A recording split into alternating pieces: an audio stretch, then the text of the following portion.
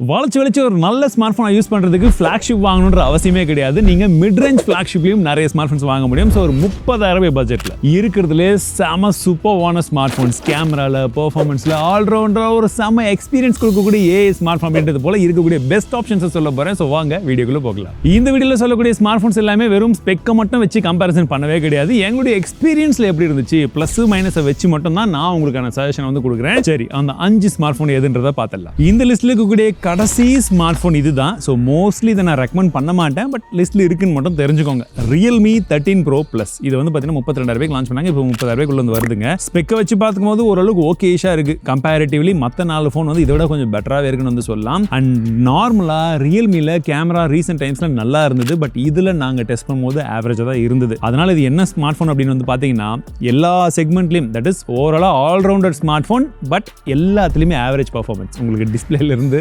Maybe பார்க்கறதுக்கு design கொஞ்சம் வித்தியாசமா இருக்கலாம், பட் பர்ஃபார்மன்ஸும் ஆவரேஜ் தான், கேமராவும் ஆவரேஜ் தான். ஸோ அந்த மாதிரி வச்சு பார்த்தீங்கன்னா இது ஒரு பேக்கப் ஆப்ஷன், லாஸ்ட் ஆப்ஷனை வந்து வச்சுக்கோங்க. இல்லை கேமரா தான் உங்களுக்கு ரொம்ப முக்கியம் அப்படின்ற பட்சத்தில், அண்ட் ஒருவேளை நீங்கள் சாம்சங் போகிறதுக்கு தயாராக இருக்கீங்க, சாம்சங் உங்களுக்கு ஓகே அப்படின்னா சாம்சங்ல சாம்சங் Galaxy S23 FE சொல்லக்கூடிய ஸ்மார்ட் ஃபோன் இருக்கு. ஸோ FEனா உங்களுக்கு வந்து தெரியும், அந்த ஃபிளாக்ஷிப்ல இருக்கக்கூடிய ஃபீச்சர்ஸ் எல்லாம் இதில் வந்து கொடுத்துருப்பாங்கன்ற மாதிரி தான். ஸோ உங்களுக்கு டிஸ்பிளேல இருந்து IP68 ரேட்டிங்ல இருந்து எல்லா விதமான விஷயங்களும் இதுலயுமே வந்து இருக்கும். டிஸ்பிளே பார்க்கறதுக்கு நல்லா இருக்கும், one of the best display இந்த செக்மெண்ட்ல. ஆனால் உங்களுக்கு பெசல்ஸ் பெருசா இருக்கும், கொஞ்சம் ஃபோனும் வந்து திக்கா தான் வந்து இருக்கும். ஆனா கேமரா இந்த செக்மெண்ட்ல இது one of the best cameras இருக்கு. கேமரா மட்டும் கிடையாது, உங்களுக்கு AI ஃபீச்சர்ஸும் இதுல ரொப்பி கொடுத்திருக்காங்க. ஃபிளாக்ஷிப்ல இருக்கக்கூடிய எல்லா விதமான AI ஃபீச்சர்ஸும் இதுல இருக்கு. உங்களுக்கு அது வேணும் அப்படின்னா மட்டும் நீங்க வந்து பார்க்கலாம். மற்றபடி பேட்டரி வந்து பார்த்தீங்கன்னா 4500 mAh பேட்டரி தான். ஓரளவுக்கு தான் வந்து உங்களால பேட்டரி வந்து தாக்கு பிடிக்க முடியும். ஃபாஸ்ட் சார்ஜிங் டெக்னாலஜி பத்தி சொல்லுமா? அப்படி ஒரு விஷயமே கிடையாது. சார்ஜர் பாக்ஸ்லயும் வரது கிடையாது. இருக்கக்கூடிய 25 வாட்டை நம்ம தனியா தான் சார்ஜர் வாங்கி போட்டுக்கணும். சரி, பெர்ஃபார்மன்ஸ் பார்த்தா Exynos 2200 ஸோ ரொம்ப ஹெவியா புஷ் பண்ணாதீங்க, ஓரளவுக்கு புஷ் பண்ற வரைக்கும் வந்து தாக்கு பிடிச்சிக்கும், நல்லா வந்து ஒர்க் ஆகும். அந்த அளவுக்கு ஓகே. அண்ட் UI உங்களுக்கு ஒரு சிம்பிளான UI, நிறைய கஸ்டமைசேஷன் ஆப்ஷன் அந்த மாதிரி எல்லாமே வேணும்ன்ற பட்சத்தில் இந்த UI வந்து நல்லா இருக்கும். சரிங்களா? இப்போ லாஸ்ட் 2 ஆப்ஷன்ஸ் வந்து விட்டுட்டோம். இப்போ டாப் 3 பிக்கிங். நம்ம லிஸ்ட்ல இருக்கக்கூடிய தேர்ட் ஆப்ஷன் அப்படின்னு எடுத்துக்கிட்டீங்கன்னா, இந்த ஸ்மார்ட் போன் நாங்கள் டெஸ்ட் பண்ணும்போது என்ன சர்ப்ரைஸ் பண்ண ஒரு ஸ்மார்ட் போன் அப்படின்னு சொல்லலாம், Moto H50 Pro. ஸோ இந்த ஸ்மார்ட் போன்ல கேமரா ஓரளவுக்கு நல்லாவே இருந்தது. இன்ஃபேக்ட் பார்த்தீங்கன்னா சாம்சங்க்கு கீழே நான் மோட்டோ வந்து வைப்பேன். நாங்கள் டெஸ்ட் பண்ணும்போது என்ன சர்ப்ரைஸ் பண்ண ஒரு கேமரா இது மோட்டோரோல. நாங்கள் எதிர்பார்க்காத அளவுக்கு அப்போ இருந்துச்சு. பட் சேச்சுரேஷனும் கலரும் கொஞ்சம் அதிகமாக இருக்கும். உங்களுக்கு அது பிடிச்சா மட்டும்தான் இதுவும் வந்து பிடிக்கும். சரிங்களா? அண்ட் உங்களுக்கு பார்க்கறதுக்கு ரொம்ப ஸ்லிம்மாவே இருக்கு. POLED டிஸ்பிளே, நல்ல ஒரு டிஸ்பிளேன்னு சொல்லலாம், 1.5K ரெசல்யூஷன்ல. ஆனால் பேட்டரி வரும் 4500 mAh பேட்டரி மட்டும் தான். ஸோ ஒரு நாள் தாக்கு பிடிக்கிறத நீங்க கொஞ்சம் மேனேஜ் பண்ணி தான் யூஸ் பண்ண வேண்டியதா இருக்கும். அண்ட் மற்றபடி வந்து பார்த்தீங்கன்னா ஒரு ஸ்மூத்தான ஒரு UI வந்து இருக்கு. IP68 ரேட்டிங்கும் வந்து கொடுத்துருக்காங்க. ஹலோ UIல நிறைய விதமான ஆப்ஷன்ஸ் உங்களுக்கு கொடுத்துருக்காங்க. இப்போ செகண்ட் பொசிஷன்ல நம்ம கிட்ட 2 ஸ்மார்ட் போன்ஸ் இருக்கு.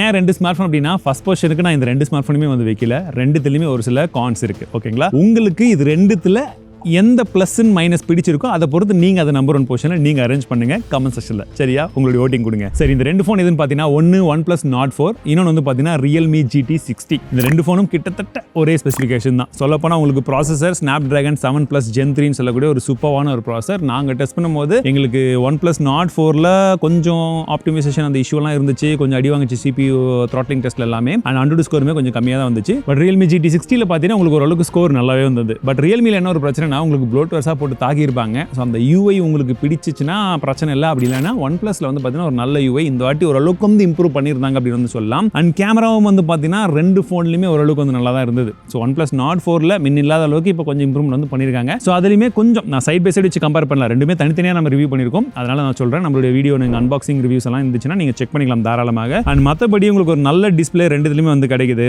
1.5K ரெசல்யூஷன்ல 5500 mAh battery. உங்களுக்கு OnePlus வந்து பார்த்தீங்கன்னா 100 வாட்கான சார்ஜர் வரும். பட் Realmeல பொறுத்த வரைக்கும் 120 வாட்கான சார்ஜர் வருது. ஆனா உங்களுக்கு ஆக்சிஜன் OS வேணுமா, Realme UI வேணுமா அப்படின்றது நீங்க முடிவு பண்ணுங்க. OS உடைய ஸ்டெபிலிட்டி இப்போ எந்த சைடுல எப்படி போயிட்டு இருக்குன்னு உங்களுக்கே தெரியும். OnePlus இருக்கட்டும், Realme இருக்கட்டும், ரெண்டுத்துலயுமே கொஞ்சம் சொதப்பல்கள் தான். சரிங்களா? அதனால தான் நம்பர் 1 பொசிஷன்ல நான் எதுவுமே வந்து வைக்கல. அண்ட் ஒரு விஷயம் என்னன்னு பார்த்தீங்கன்னா, உங்களுக்கு OnePlusல மெட்டல் பாடி வந்து கிடைக்கும். இனிஷியலி மெட்டல் பாடி கொஞ்சம் ஹீட் ஆகுறது, இந்த விஷயங்கள்லாம் தெரிஞ்சாலுமே இதுல ஓரளவுக்கு வந்து பரவாயில்லைங்க. உங்களுக்கு பார்க்கறதுக்கு அந்த ஃபினிஷிங்கும் கொஞ்சம் வித்தியாசமா இருக்கு. தப்பித்தவரை உங்க வீட்ல எல்லாம் அதிகமா போன் எல்லாம் கீழே விழும் அப்படின்னா OnePlus கொஞ்சம் எக்ஸ்ட்ராவா தப்பிச்சுக்கும். ஸோ இந்த வீடியோல இந்த 30,000 செக்மெண்ட்குள்ள நீங்க ஒருவேளை ஒரு புது ஸ்மார்ட் போன் தேர்ந்தெடுக்கிறதா இருந்தீங்கன்னா எந்த ஸ்மார்ட் போனை தேர்ந்தெடுப்பீங்கன்னு உங்களை பதில் கமெண்ட்ஸ்ல சொல்லுங்க. அடுத்தது எந்த வீடியோ வேணும்ன்றதையும் ஷேர் பண்ணி விடுங்க. மீண்டும் ஒரு சந்திக்கிறேன். வாழ்க தமிழ்.